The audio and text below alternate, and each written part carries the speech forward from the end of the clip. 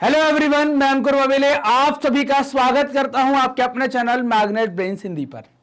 आज इस वीडियो के माध्यम से हम अपना एक नया चैप्टर स्टार्ट करने वाले हैं। हमारा चैप्टर होने वाला है कक्षा 9वीं की राजनीति विज्ञान का चैप्टर नंबर 5। चैप्टर नंबर 5 के अंतर्गत हम क्या पढ़ेंगे, क्या नाम है हमारे चैप्टर नंबर 5 का? तो नाम है लोकतांत्रिक अधिकार। मतलब कि हम डेमोक्रेटिक राइट्स के बारे में आज पढ़ने वाले हैं, जानने वाले हैं। तो ये वीडियो जो होगा इसके बारे में हम मतलब ये चैप्टर हम कैसे पढ़ेंगे, क्या क्या पढ़ेंगे, किस किस तरीके से पढ़ेंगे, पढ़ते हुए हम क्या क्या सवाल उठाएंगे, इन सब के बारे में जानेंगे। मतलब ये चैप्टर का परिचय देने वाला आपका वीडियो होगा, मतलब इंट्रोडक्टरी वीडियो आपका ये होने वाला है। वीडियो में आगे बढ़ने से पहले आपको बता दूं कि मैग्नेट ब्रेन्स हिंदी माध्यम के विद्यार्थियों के लिए कक्षा 7वीं से लेकर 12वीं तक का संपूर्ण पाठ्यक्रम बिल्कुल निःशुल्क में उपलब्ध करा रहा है। इसके लिए आपको किसी प्रकार का कोई पेमेंट नहीं करना है, ना ही कोई सब्सक्रिप्शन परचेज करना है। सभी वीडियोस आपको बिल्कुल निःशुल्क में मिलते हैं, वो भी क्वालिटी कंटेंट और क्वालिटी टीचर्स के साथ। तो बात करते हैं, अपने वीडियो की तरफ चलते हैं, अपने टॉपिक की तरफ चलते हैं कि हम परिचय में क्या देखने वाले हैं। क्योंकि अब ये टॉपिक जो है, चैप्टर का नाम जो है वो है लोकतांत्रिक अधिकार, है ना। तो लोकतांत्रिक अधिकार में अब हमें देखना होगा, चूंकि हमारी पुस्तक का ये आखिरी चैप्टर है और इसके पहले हमने ये 4 चैप्टर यहां पर कवर कर लिए हैं। तो जैसे हमने 4 चैप्टर कवर किए हैं, चारों चैप्टर के नाम आपके सामने लिखे हुए हैं। लोकतंत्र क्या, लोकतंत्र क्यों, ये पहला अध्याय था। दूसरे के अंतर्गत हमने संविधान निर्माण, तीसरे के अंतर्गत चुनावी राजनीति और चौथे के अंतर्गत हमने संस्थाओं का कामकाज पढ़ा हुआ था। अब राजनीति विज्ञान के अंतर्गत हमें अधिकारों के बारे में भी पढ़ाया जाएगा, जो कि हम यहां पर देखने वाले हैं क्या है। तो इन चारों चैप्टरों में हमने यहां पर क्या सीखा, क्या समझा। आखिरी के 2 चैप्टर जो हैं, तीसरे और चौथे, हमने लोकतंत्र की यहां पर 2 बुनियादी बातें सीखी। लेकिन हम साथ ही साथ देख लें कि हमने सारे चैप्टर्स के अंदर क्या क्या देखा। तो क्लास 9th के ये 4 चैप्टर हम कवर कर चुके हैं अभी तक। पहले चैप्टर का नाम था लोकतंत्र क्या, लोकतंत्र क्यों। तो इसमें हमने लोकतंत्र की परिभाषा के बारे में जाना था कि लोगों के द्वारा, लोगों के लिए, लोगों का शासन जो होता है उसको आप लोकतंत्र कहते हैं। ऐसी परिभाषा अब्राहम लिंकन ने दी थी। हमने इसकी एक परिभाषा और बच्चों और मैडम लिंगदेह के साथ हमने जो वार्तालाप था बच्चों का और मैडम का, वो भी हमने यहां पर देखा था।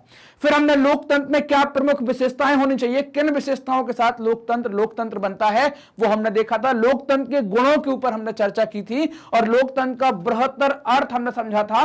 केवल ये नहीं है कि राजा का चुनाव जनता के द्वारा हो गया, कैसे भी करते रहे वो लोकतंत्र होगा, ये सब कुछ हमने यहां पर जाना था। मतलब यहां पर इस चैप्टर के माध्यम से हमने परिभाषा, विशेषता, गुण और अर्थ, इन सबको हमने यहां पर जाना हुआ था। दूसरा चैप्टर जो था, जिसका नाम था संविधान निर्माण, तो अध्याय 2 के अंतर्गत हमने दक्षिण अफ्रीका का संविधान बनना और भारत का संविधान बनना, ये दोनों देखा था। दक्षिण अफ्रीका में हमने नेल्सन मंडेला के बारे में भी जाना था और भारत में हमने गांधी जी के बारे में भी देखा था। दक्षिण अफ्रीका का संविधान कैसे बना था, कितना लेट बना था, क्या विशेषताएं थी, कैसे सभा बनी थी, ये सब देखा था। भारत का संविधान बना था तो हमने भारत की संविधान सभा के बारे में भी बात की थी और कैसे संविधान तैयार हुआ था, किसके द्वारा संविधान को प्रारूप तैयार किया गया था, संविधान का प्रारूप किसके द्वारा तैयार किया गया था, ये सब बातें हमने जानी थी कि लोकतंत्र में संविधान का क्या महत्व है, ये भी हमने देखा था। अब जब लोकतंत्र बन गया है तो चैप्टर नंबर 3 के अंतर्गत हमने चुनावी राजनीति, जो कि हमारे संविधान के अंतर्गत बताई गई है कैसे होगी, तो इसमें हमने खास तौर से कि अपने प्रतिनिधि को कैसे चुनेंगे, विधायक को, सांसद को कैसे चुनेंगे, प्रधानमंत्री कैसे बनेगा, मुख्यमंत्री कैसे बनते हैं, राष्ट्रपति कैसे बनते हैं, ये सब कुछ हमने देखा था। और हमने ये भी देखा था कि जब यहां पर आप चुनकर आए हैं तो ये चुनाव कैसा होना चाहिए। केवल क्या जनता वोट डाल देगी, तो स्वतंत्र और निष्पक्ष चुनाव होने चाहिए। ये लोकतंत्र की बड़ी विशेषताओं में से है। तो चुनावी राजनीति में हमने ये देखा था। साथ ही साथ हमने समझा था कि भारत में आप कोई भी व्यक्ति चुनाव लड़ सकता है, कहीं से भी चुनाव लड़ सकता है, कुछ शर्तें हैं, उनको पूरा करने के बाद। तो यहां पर हमने निष्पक्ष और स्वतंत्र चुनाव के बारे में जाना था। चौथे चैप्टर में संस्थाओं का कामकाज, मतलब बहुत सारी संस्थाएं जैसे पीएमओ, प्रधानमंत्री ऑफिस, राष्ट्रपति, है ना, कैबिनेट, ये संसद, विधान परिषद, ये सब कई सारी संस्थाएं अलग अलग। वो संस्थाएं काम कैसे करती हैं, तो संस्थाएं कुछ कायदे कानून में रहकर काम करती हैं। वो कायदा कानून उनको अपनी लक्ष्मण रेखा बना देता है, वो उनको याद दिलाता रहता है कि आप इससे ऊपर नहीं है। संविधान में रहकर, कानून में रहकर, अपने कायदे कानून में रहकर काम करती हैं। तो हमने ये बातें जानी थी। अब क्या हम ये जो 2 बातें जाने थे चैप्टर नंबर 3 से और चैप्टर नंबर 4 से, क्या ये 2 बातें ही सब कुछ हैं? क्या इन 2 बातों के आधार पर ही आप कह सकते हैं कि लोकतंत्र है? अध्याय 3 और 4 में आपने 2 बुनियादी तत्व देखे थे। पहला क्या देखा था, क्या ये जो 2 बुनियादी तत्व जो आप देख रहे हैं, जिन 2 बुनियादी तत्वों के बारे में हम बात कर रहे हैं, पहला तो है उसमें 3 के अंतर्गत हमने स्वतंत्र और निष्पक्ष चुनाव देखा और 4 4 के अंतर्गत संस्थाओं के द्वारा कायदे कानून में रहकर काम करने का तरीका देखा। तो क्या ये दोनों तत्व लोकतंत्र के लिए पर्याप्त हैं? अगर है तो क्यों, और अगर नहीं है तो फिर आपको बताना है। तो आपको क्या लगता है कि क्या ये दोनों तत्व पर्याप्त है? तो मुझे तो लगता है नहीं है। आपका चैप्टर भी कहता है कि ये दोनों तत्व पर्याप्त नहीं है, एक तीसरा तत्व भी इसमें शामिल करना पड़ेगा। और तीसरा तत्व क्या होगा? तीसरा तत्व होगा अधिकारों का प्रयोग। अब ये अधिकार क्या है? वही तो हम यहां पर पढ़ने वाले हैं। किसको मिले हैं? वही तो हम यहां पढ़ने वाले हैं। कैसे मिलेंगे? वही तो हम पढ़ेंगे। तो अधिकारों का उपयोग क्या होगा, कैसे करेंगे, कौन करेगा, ये हम जानेंगे। यह लोकतंत्र के चरित्र के लिए जरूरी है कि अधिकार नागरिकों को दिए जाएं, वो कैसे इसका उपयोग करेंगे ये भी उनको यहां पर समझना पड़ेगा, उनको यहां पर देखना पड़ेगा। तो ये तीसरे तत्व पर भी चर्चा करेंगे और इसी तीसरे तत्व को लेकर ये पूरा अध्याय तैयार किया गया है, जिसके अंतर्गत हम अधिकारों के बारे में बात करेंगे। हमारे चैप्टर का नाम इसलिए रखा गया है लोकतांत्रिक अधिकार। क्लियर? अब लोकतांत्रिक अधिकार क्या है? तो लोकतांत्रिक अधिकार शासकों के लिए लक्ष्मण रेखा का निर्माण करते हैं। लक्ष्मण रेखा क्या कहलाती है? कि इसको आप पार नहीं कर सकते, पार करने पर आपको दंड मिल सकता है। तो ऐसे लक्ष्मण रेखा के शासक जो हैं वो संविधान या कानून से ऊपर उठकर काम ना कर पाए। अगर वो काम कर रहे हैं तो हम सवाल जवाब कर पाए, ऐसे कुछ हमें अधिकार यहां पर मिले हों, तो ये लोकतांत्रिक अधिकार कहलाते हैं। तो क्या हो गया? लोकतांत्रिक अधिकार को हमने कह दिया शासकों के लिए लक्ष्मण रेखाओं का निर्माण करते हैं। शासक इन लक्ष्मण रेखा का उल्लंघन नहीं कर सकते। इस अध्याय में हम इन्हीं अधिकारों के ऊपर चर्चा करने वाले हैं, देखने वाले हैं, और यह भी समझेंगे साथ ही साथ कुछ उदाहरणों के साथ कि अगर अधिकार ना मिले तो जीवन कैसा होगा, अधिकारों के बिना जीवन कैसा होगा, उसके बारे में भी हम यहां पर चर्चा करने वाले हैं। अधिकारों का मतलब क्या होता है वो भी जानेंगे, इनकी आवश्यकता हमें क्यों है ये भी हम यहां पर जानेंगे कि आपको ये क्यों दिए गए हैं, इसकी क्या आवश्यकता है, इसको भी हम यहां जानने वाले हैं। भारत जो देश है, यहां पर संविधान में दर्ज एक एक मौलिक अधिकार के ऊपर हम बात करेंगे। तो भारत का जो संविधान तैयार हुआ है आजादी के साथ, हमने अपने आप को लोकतंत्र बनाया है, तो हमारा एक संविधान है। तो हमारे संविधान में जो मौलिक अधिकार दिए गए हैं, तो हम एक एक मौलिक अधिकार के बारे में बात करेंगे। यहां पर 6 मौलिक अधिकार दिए गए हैं, तो 6 पर बात करेंगे।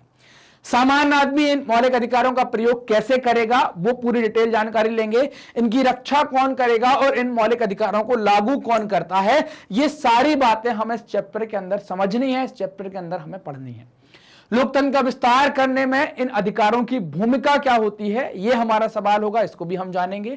हाल के वर्षों में हमारे मुल्क में इन्होंने क्या भूमिका निभाई है, इन्होंने मतलब अधिकारों ने क्या भूमिका निभाई है, तो इनकी भूमिका के बारे में भी जानना है। तो मतलब आप यहां पर हमने कई सारे सवाल किए हैं, तो आप यहां पर देख सकते हैं, इन सवालों के माध्यम से हम जानेंगे, है ना।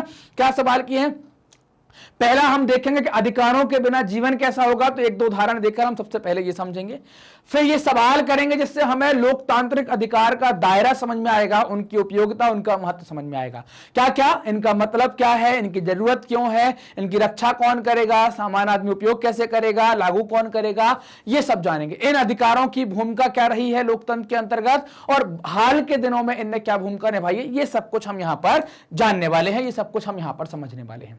अब बात कर लेते हैं कि आपको इस चैप्टर के अंदर वीडियो कौन कौन से मिलने वाले हैं, मतलब हम क्या क्या टॉपिक यहां पर कवर करने वाले हैं। तो हम पढ़ेंगे सबसे पहले अधिकारों के बिना जीवन, जो हमने पहला सवाल दागा था कि अधिकारों के बिना जीवन, लाइफ विदाउट द राइट्स, ये जानेंगे। और इसके अंतर्गत हम 3-4 उदाहरण या 3-4 सब टॉपिक में देखेंगे। जैसे ग्वांतानामो बे की जेल का एक उदाहरण लेंगे, जहां पर कई सारे लोगों को कैद करके रखा गया था, वहां पर अधिकार मिले कि नहीं मिले, ये भी हम जानेंगे। क्लियर?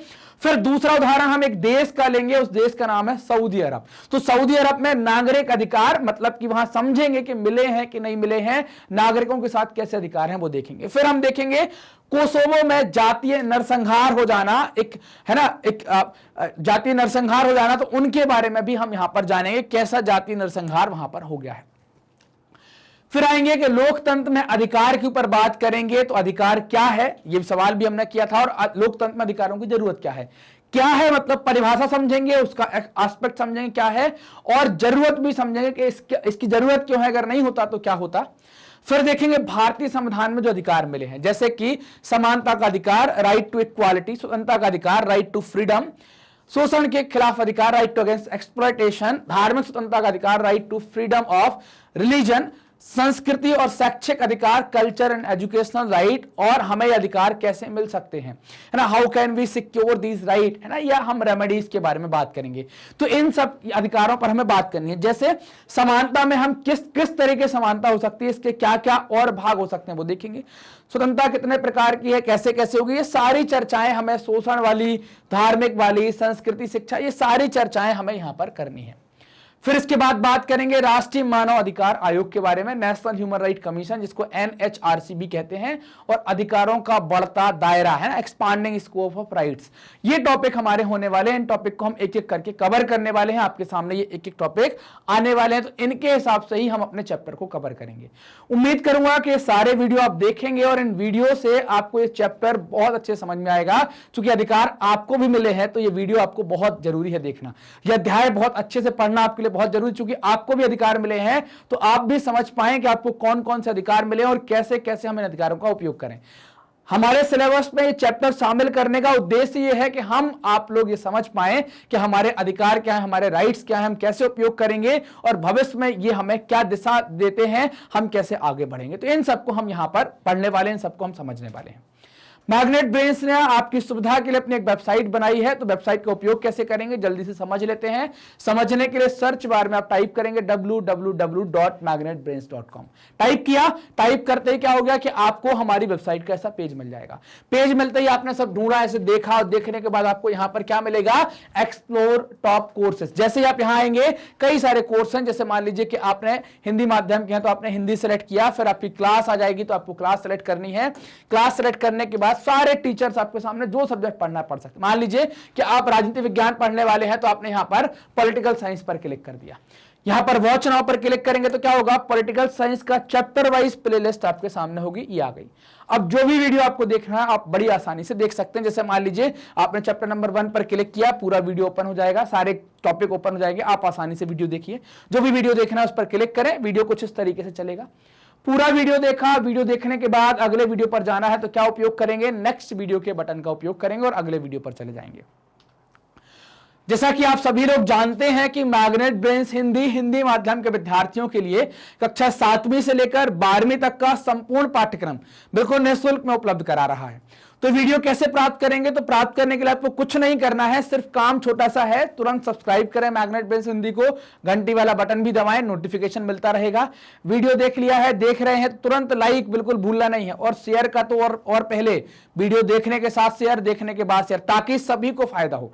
भाई सबको फायदा होना चाहिए ना, बिल्कुल निःशुल्क शिक्षा की स्कीम चले, सबको मिलनी चाहिए, सबको पढ़ना चाहिए। कमेंट सेक्शन में आप डाउट पर जाएं, आप कमेंट सेक्शन में जाएं, आपके जो डाउट हैं वो आप कमेंट कर सकते हैं, और साथ ही साथ आप हमें बता सकते हैं कि आपको वीडियो कैसे लग रहे हैं। धन्यवाद।